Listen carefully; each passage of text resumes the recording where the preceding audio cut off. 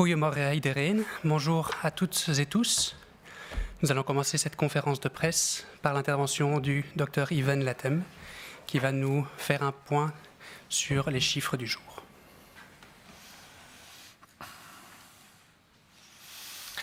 Goedendag iedereen, bonjour à toutes, bonjour à tous. Alors c'est avec plaisir que je peux vous dire, comme on le dit depuis les dernières semaines, que tous les indicateurs sont toujours à la baisse. Si nous continuons au rythme actuel, nous pourrions atteindre à peu près 800 nouveaux cas par jour à la Noël et de l'ordre de 75 nouvelles hospitalisations par jour au même moment. Il est clair que cette évolution ne dépend pas du ciel, mais dépend de vous. Et donc c'est dans l'application des mesures actuelles, dans le respect des mesures à l'époque des fêtes aussi, que tout ceci sera possible. Et donc c'est un travail constant qui ne doit pas être maintenant arrêté au vu des nouvelles favorables et relativement réconfortantes que nous avons depuis quelque temps.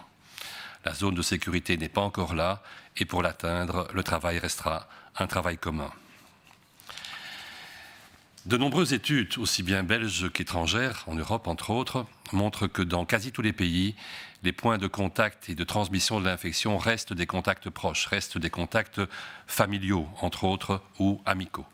Et donc il est clair que ce que vous ferez maintenant, mais aussi surtout ce que vous ferez à l'époque des fêtes, va être déterminant par rapport à la transmission de l'infection et au risque de résurgence, soit de fin d'année, soit plus malheureusement encore au début de l'année prochaine, après les fêtes.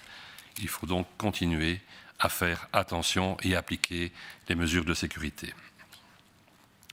C'est la seule manière d'arriver à un assouplissement des mesures à partir de janvier. Alors vous voyez sur la diapositive actuellement projetée que la semaine dernière, nous avons eu en moyenne 2305 nouvelles contaminations par jour. C'est une baisse de l'ordre de 29% et cela vient du fait que ça entraîne plutôt le fait que les chiffres diminuent de moitié actuellement tous les 14 jours. Alors si vous avez bien suivi les conférences de presse précédentes, vous avez noté qu'on a parlé de 11 jours, 12 jours. Donc on est effectivement un petit peu dans un ralentissement de cette diminution, ralentissement qui peut être lié à l'élargissement de la politique de testing qui reprend, comme vous le savez, à nouveau les patients asymptomatiques à haut risque. Cette diminution s'applique à quasi toutes les tranches d'âge.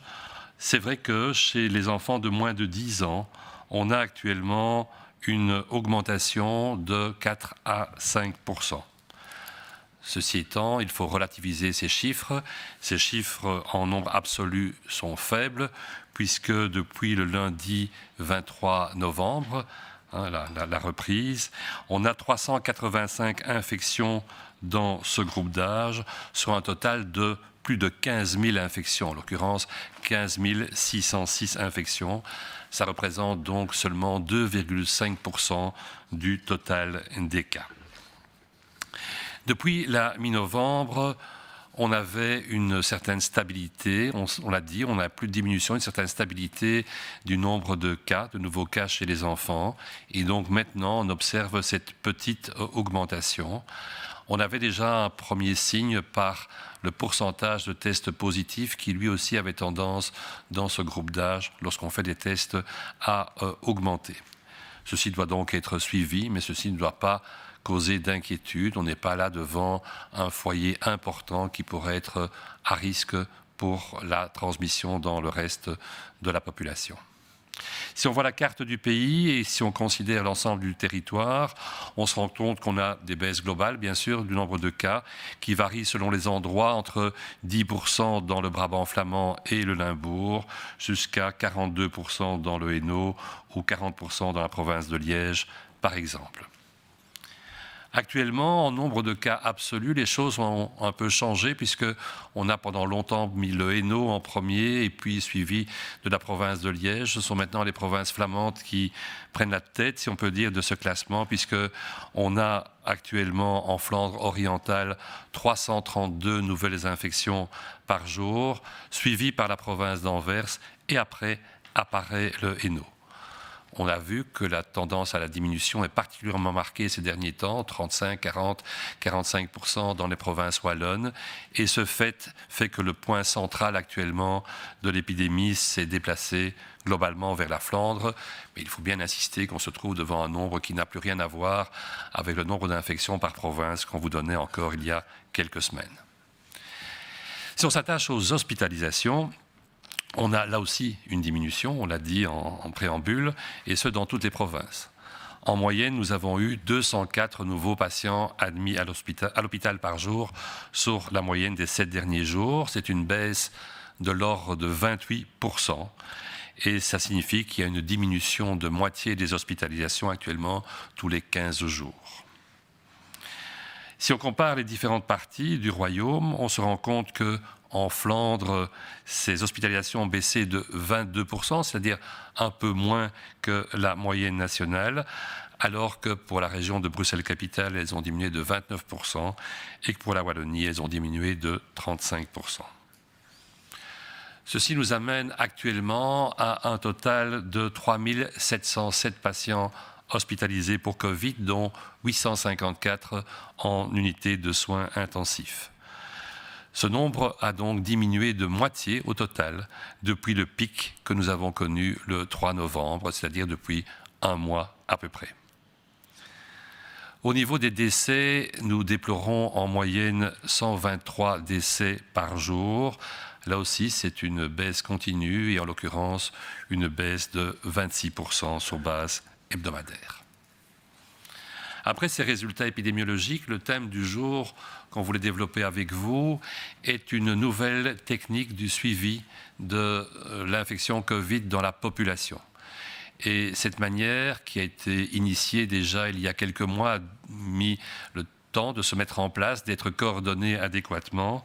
Depuis la mi-septembre, effectivement, on a un système de surveillance de la circulation du virus au niveau des eaux usées. Cela implique la participation de différents partenaires, des 2 régions d'ailleurs, qui sont coordonnés par Ciensano.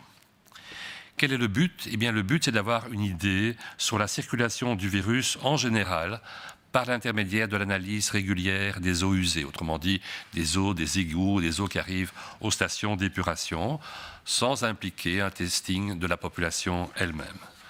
Je voulais vous rappeler, certains d'entre vous s'en souviennent sans doute, que ce type de technique est appliqué pour d'autres recherches, entre autres pour voir par exemple quelle est la consommation d'un certain nombre de drogues comme la cocaïne dans la population. Depuis le 14 septembre, donc, depuis mi-septembre, sont effectués ainsi 2 fois par semaine 42 prélèvements d'eau usée à l'entrée des stations d'épuration. Et c'est pour un projet qui va durer, au départ en tout cas, 2 ans. Quel est le principe de ce projet ? Eh bien, il se base sur le fait que le virus est non seulement présent dans nos voies respiratoires, mais il est présent également dans le tube digestif. C'est une des raisons pour lesquelles on vous a dit d'ailleurs, certains l'ont pris avec un sourire, qu'il valait mieux, lorsqu'on va aux toilettes actuellement, baisser la planche du WC avant de tirer la chasse. C'est parce qu'effectivement, on peut avoir, si on est infecté, du virus dans le tube digestif. Et ce virus dans le tube digestif est donc éliminé par les eaux usées et va se retrouver au niveau des stations d'épuration. En mesurant ainsi la quantité de virus, on peut avoir une idée globale ou régionale, et parfois même sur des zones plus petites que cela, de la circulation du virus dans la population. C'est un reflet de ce qui se passe dans une ville, dans un village, dans une région. Clairement, un des avantages, c'est que cette recherche est indépendante de la politique de testing. Vous savez qu'on a modifié récemment, pendant un bon mois, la politique de testing en fonction de circonstances d'embouteillage du système. Et bien là, effectivement, on a eu des modifications du nombre de cas de gens détectés positifs. L'excrétion dans les selles et dans les eaux usées n'a effectivement pas changé et ça permet d'avoir un suivi continu à ce point-là. Ça permet aussi d'être indépendant de personnes que l'on ne teste pas, comme les petits-enfants. Les enfants, on les teste moins fréquemment, surtout lorsqu'ils ont moins de 6 ans, par exemple. Ce sont des populations dans lesquelles l'infection peut passer inaperçue, donc on ne les testera forcément pas, mais l'excrétion virale au niveau des selles reste la même chez ce type de patients que chez les patients symptomatiques et ou testés. Il y a donc une fonction éventuellement non seulement de constatation épidémiologique, mais si on se rend compte que l'excrétion virale devient plus importante, cela peut être un premier signal pour dire qu'il se passe quelque chose dans une région, dans une ville, dans un village, et qu'il y a une recrudescence virale qu'il faut alors investiguer de manière plus attentive, par exemple par un testing plus fréquent dans la zone en question. Alors vous voyez ici 3 graphiques, un par région. Et sur ces graphiques, vous voyez d'une part des courbes. Il y a 3 courbes. Ces courbes vous donnent les valeurs d'excrétion de 3 parties différentes du virus. Donc, essayez de globaliser ces courbes. Je pense qu'on pourrait effectivement avoir une sorte de valeur moyenne de ces 3 courbes. Et en dessous, vous voyez le nombre de tests positifs. Et donc, c'est ça qui va être analysé à chaque fois. Ces courbes sont encore provisoires. Ceci est une première discussion que nous avons avec vous sur le sujet. Il est clair que ceci doit encore être affiné, entre autres par rapport au nombre d'habitants de la région, entre autres par rapport au volume d'eau qui sont analysés en fonction des puits, par exemple, qui peuvent plus ou moins diluer les eaux en question. Et donc, il est clair qu'il y aura probablement encore des corrections à faire dans les semaines qui viennent.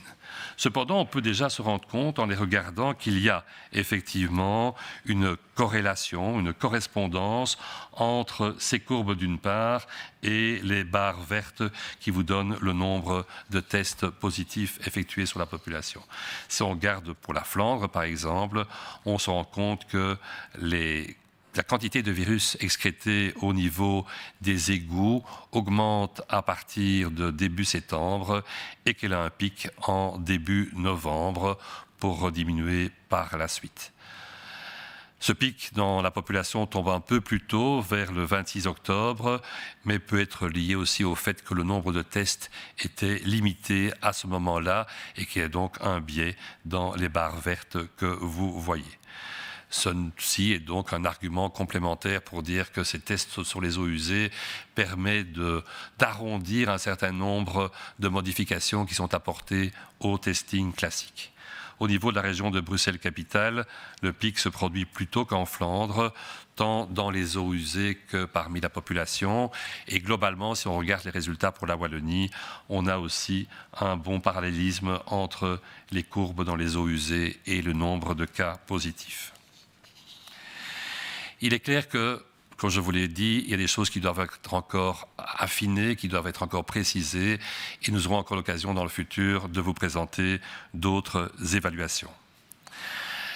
Ceci permettra de compléter les indicateurs que nous vous exposons régulièrement, certains qu'on ne vous expose plus depuis un certain temps, mais qui reviendront, comme par exemple les infections respiratoires aiguës, diagnostiquées par les médecins généralistes, ou l'absentéisme au travail, et bien sûr le nombre de nouveaux cas et le nombre d'hospitalisations que nous suivons attentivement. Sur une base théorique, en dehors de résultats macroscopiques, comme on le voit ici, pour des régions, on pourrait éventuellement, et ceci pourrait faire l'objet d'autres études, avoir des analyses plus fines au niveau, comme on le disait, de villages ou même au niveau de structures, comme une maison de repos par exemple. Mais ce sont des choses qui ne sont pas encore actuellement en cours. Je pense que nous aurons l'occasion de rediscuter ce sujet avec vous. Merci pour votre attention.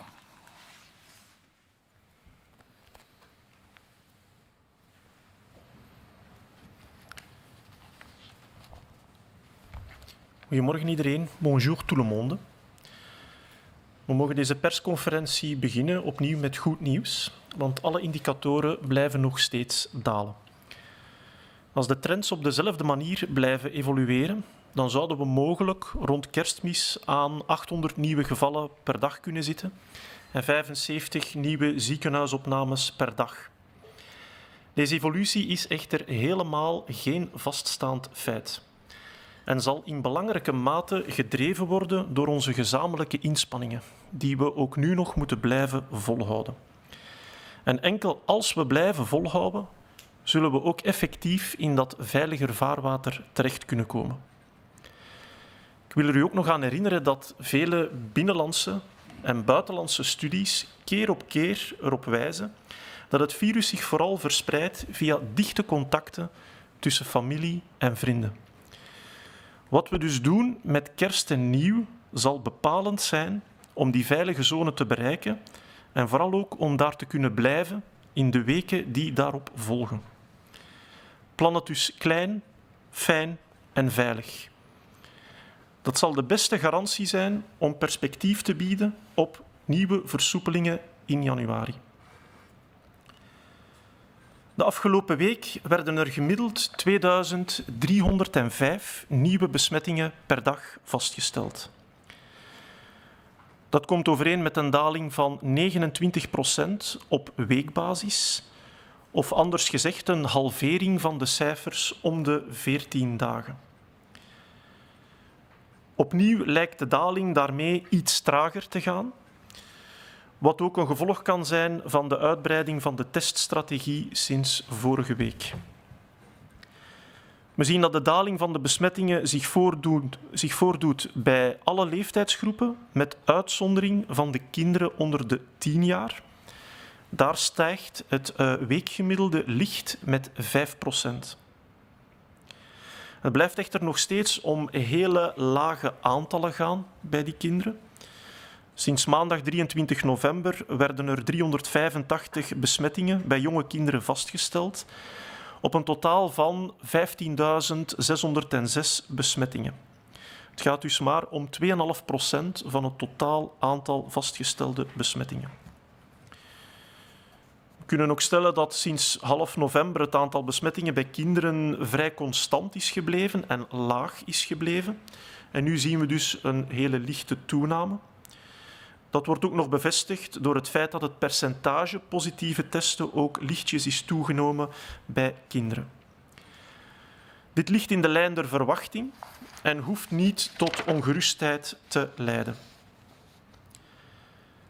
Over het hele grondgebied bekeken zien we dalingen van de weekgemiddelde gaande van -10% in Vlaams-Brabant en Limburg tot -42% in Henegouwen. Oost-Vlaanderen spant momenteel de kroon met 332 nieuwe besmettingen per dag.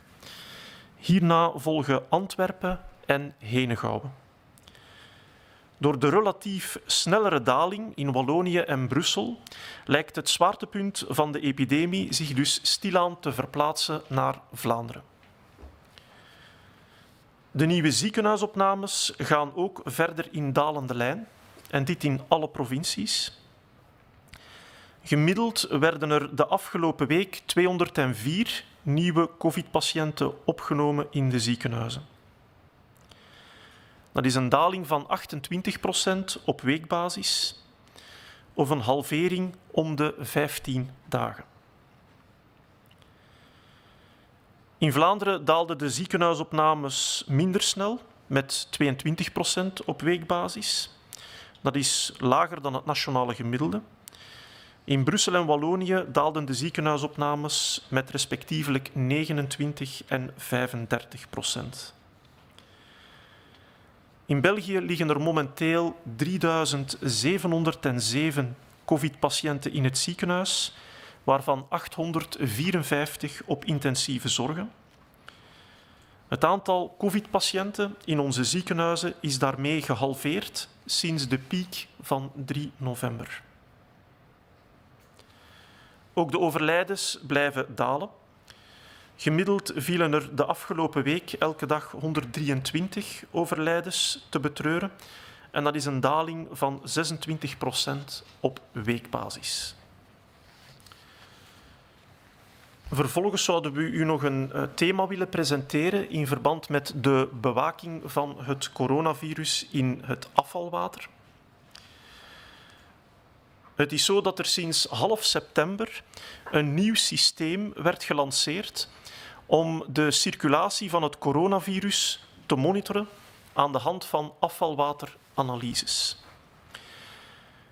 Dit surveillance-systeem, waarbij verschillende partners, waaronder EBIOM, Universiteit van Antwerpen, Universiteit van Gent, NAME en nog vele andere betrokken zijn, wordt gecoördineerd door Cienzano.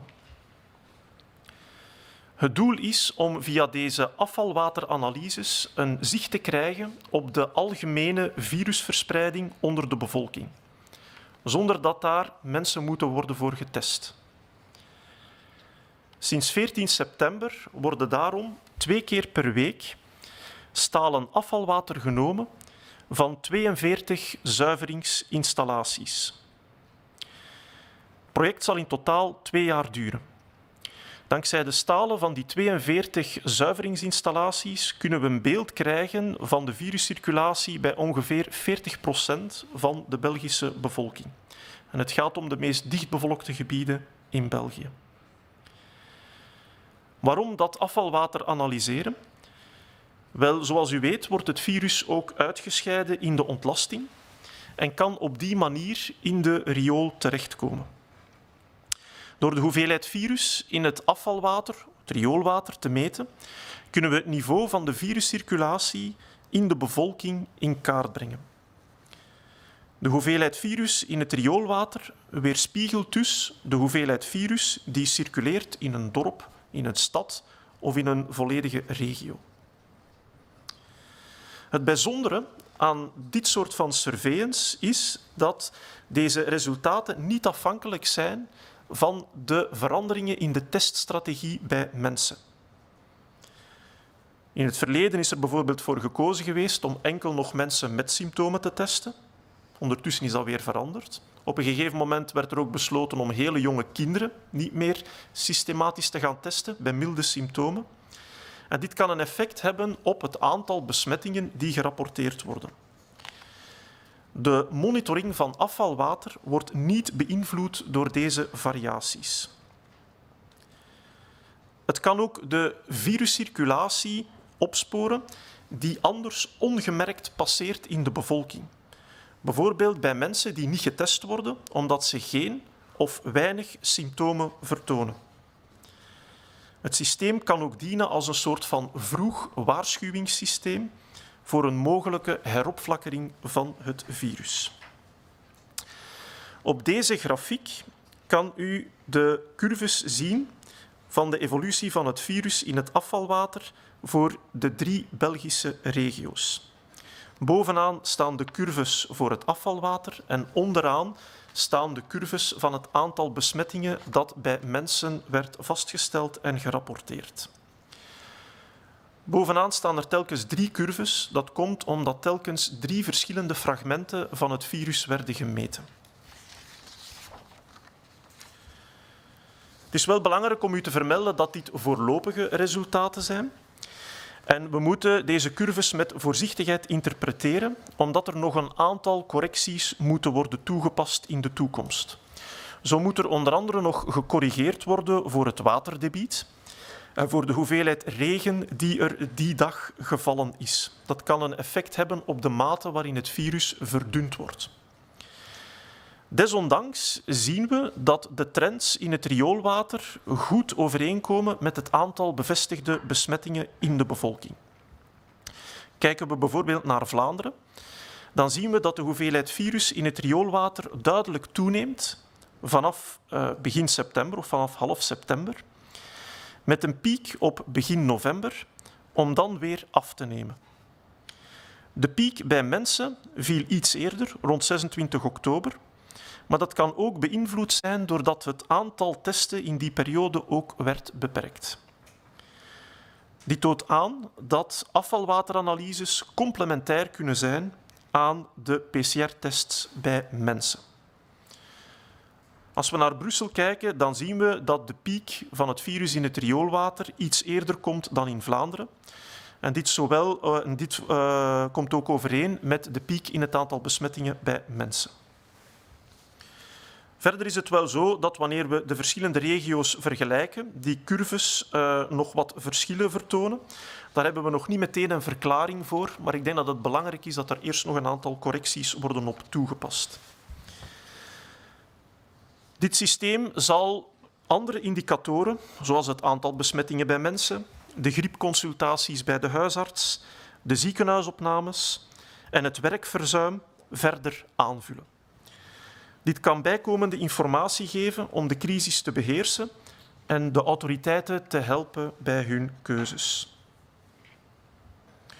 Dit soort analyses kan theoretisch ook toegepast worden op kleinere schaal, bijvoorbeeld voor een woonzorgcentrum of voor een bedrijf of voor een instelling, maar daar zijn op dit moment nog geen concrete plannen voor. Wij hopen u de komende weken meer informatie te kunnen geven over de opvolging van dit project. Dank u voor uw aandacht.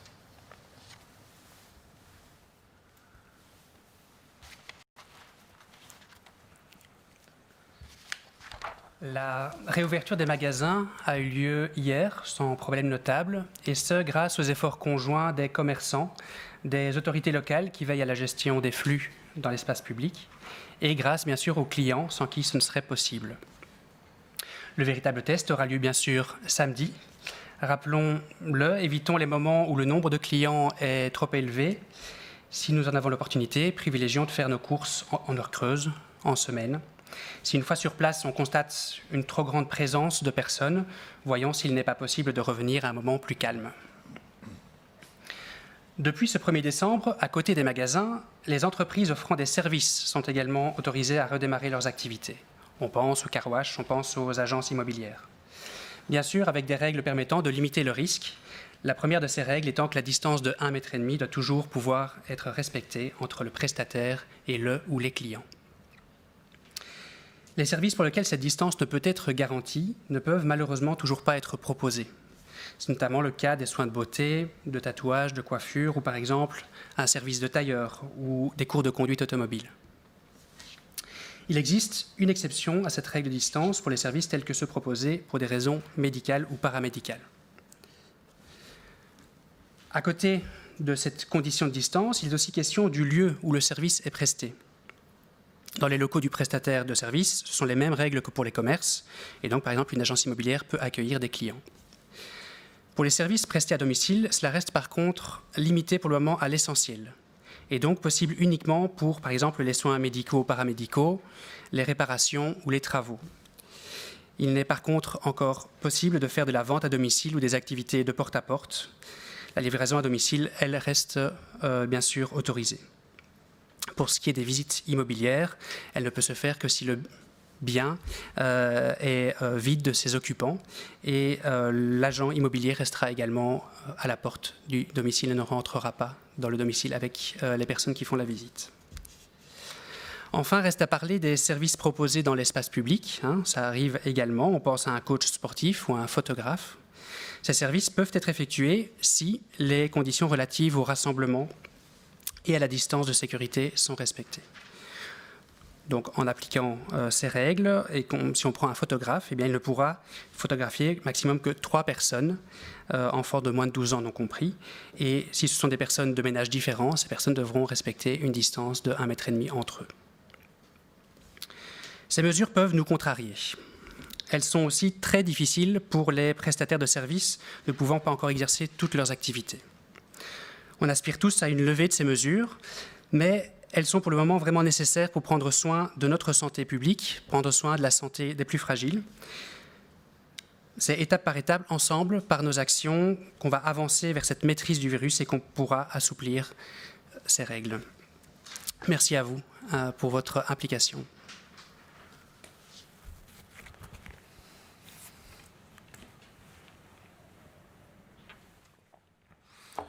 Goedemorgen.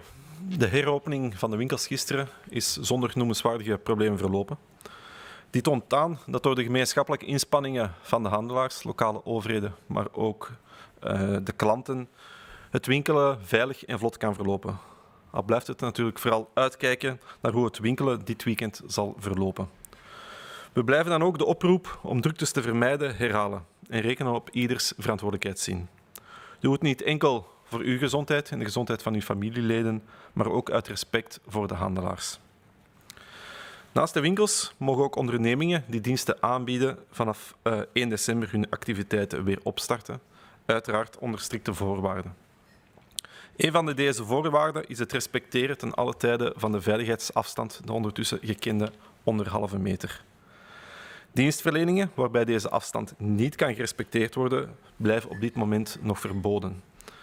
Dit is onder andere het geval voor schoonheidssalons, tatoeagesalons en kapperszaken. Op deze afstandsregel is een uitzondering voorzien voor noodzakelijke diensten zoals medische, paramedische of zorggerelateerde contactberoepen. In de huidige omstandigheden zijn dienstverlening aan huis enkel mogelijk voor noodzakelijke diensten. Het gaat bijvoorbeeld om thuiszorg. Het aanbieden van goederen aan en in huis is zodoende nog steeds onmogelijk. Bijvoorbeeld demonstraties van huishoudproducten. Ook huis aan huis en leurdersactiviteiten blijven momenteel verboden. Het aan huis leveren van vooraf bestelde goederen is uiteraard wel toegelaten. Dienstverleningen in de openbare ruimte, denk daarbij aan een privécoach, een fotograaf, kan doorgaan als deze de regels omtrent de samenscholing en de afstandsregels kan respecteren. Een privécoach kan zijn diensten dus aanbieden voor maximaal 3 personen en met respect voor deze veiligheidsafstand. We begrijpen dat deze maatregelen niet aangenaam zijn en dat iedereen hunkert naar een samenleving zonder coronamaatregelen. Maar deze maatregelen zijn er in het belang van ieders gezondheid. Er circuleert momenteel nog te veel virus in onze samenleving.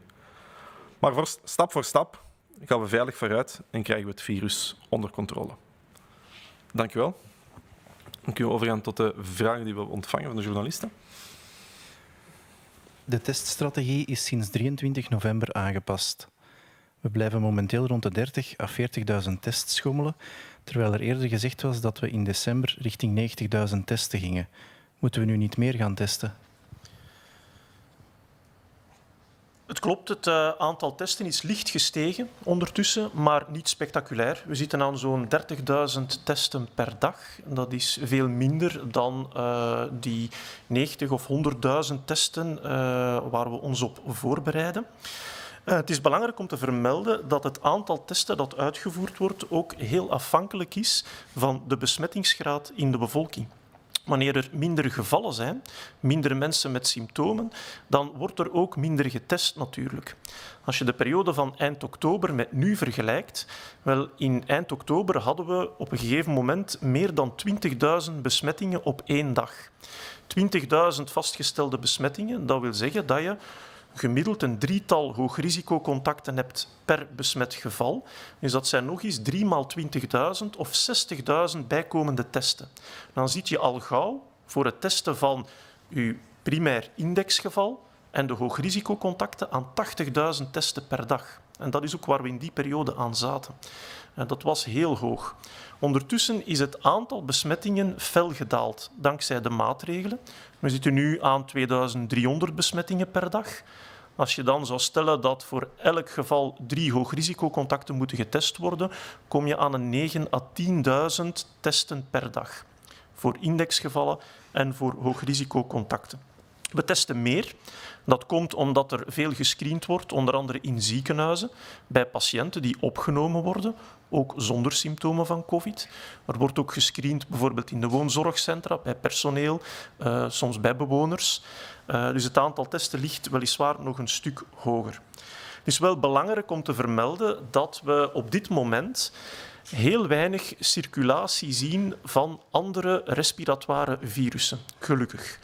We vermoeden dat dat ook te maken heeft met de maatregelen die ingevoerd zijn.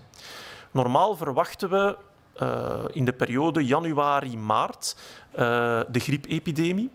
En wanneer die toch zou uitbreken, betekent dit dat er enorm veel meer zal moeten getest worden. Dus dan zou het wel kunnen zijn dat we die 80, 90, 100.000 testen echt nodig gaan hebben.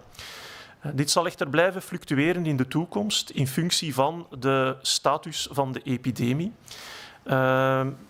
Het biedt wat meer perspectief momenteel voor het uitvoeren van testen bij terugkerende reizigers of het gaan screenen in bepaalde instellingen.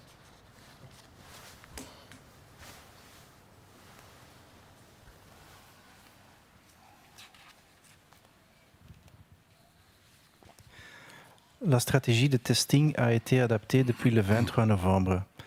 Actuellement, nous continuons à osciller autour de 30 à 40 000 tests, alors qu'auparavant, il avait été dit qu'en décembre, nous irions vers 90 000 tests.